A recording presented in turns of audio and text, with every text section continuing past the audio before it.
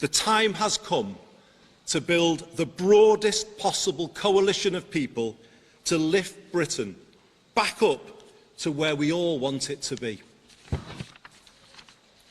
What hope can we have that it will be different this time? That's the question I would be asking if I was a voter right now. It's the one I want to answer as clearly as I can today, and in doing so, give the new direction the country is looking for. After 10 years of political turbulence since Brexit, and 20 years of falling living standards since the 2008 financial crash, Westminster hasn't been working for people, and it hasn't been working for a very long time. In fact, it is broken. And as a result, the country isn't where it should be. It is stuck in a rut, and clearly we can't go on like this. I'll be honest, I was worried about what I found on my return last week. It is a more fragmented, disjointed place than the one I left, and frankly, unhappier.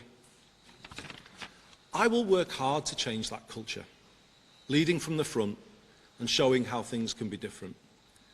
Letting MPs be authentic representatives and not using the whip system to create fear or close down debate.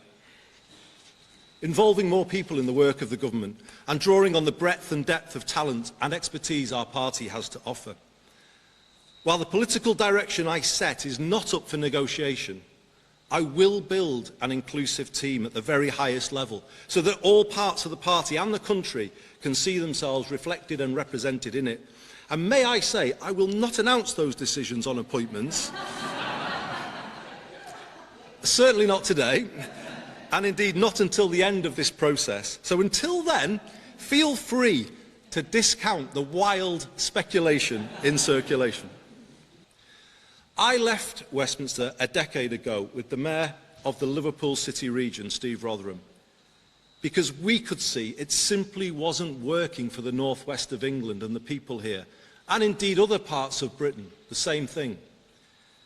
The Parliament I returned to on Monday is full of good people, many of them here in the audience today, members of Parliament who've joined us. And they are working hard every day, trying to do the right thing for the places that they represent.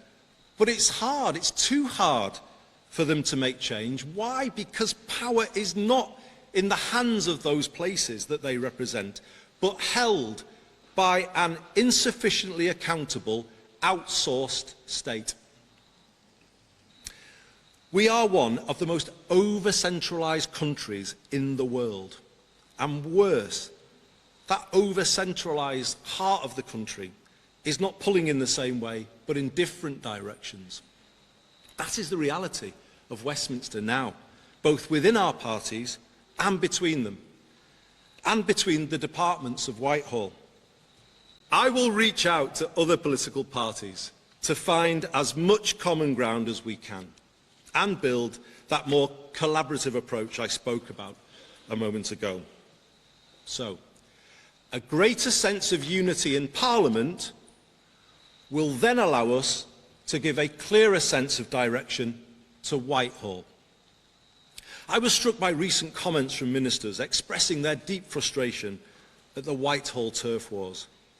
Like Parliament, the civil service is full of good people trying to do the right thing, but they are held back by the structure and culture in which they have to work. It is too adversarial, and too much time is wasted with departmental silos battling each other and battling the Treasury rather than getting things done. How can the country pull in the same direction when that is the reality at the very top? And as mayors, I'm sure I speak for the front row here, as mayors we have felt similar frustration over the years when those same departments constantly push back against our legitimate requests to improve our places by devolving a fraction of the power and resources they hold. The change will be the biggest change in our lifetimes to the way the country is run, and it is consistent with the 2024 manifesto. We will create a more streamlined state with a clearer purpose to power up all parts of the country and put a laser-like focus on growth and regeneration, good growth. The change will be driven through the Prime Minister's office in an extended operation based here in Manchester.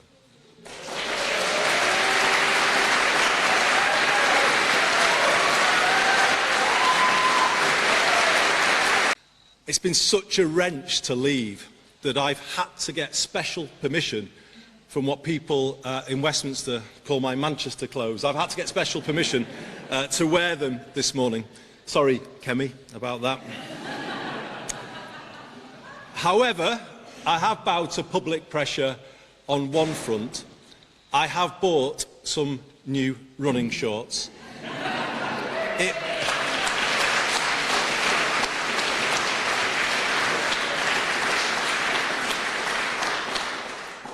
It was either do that or change the decency laws, and I opted for the former.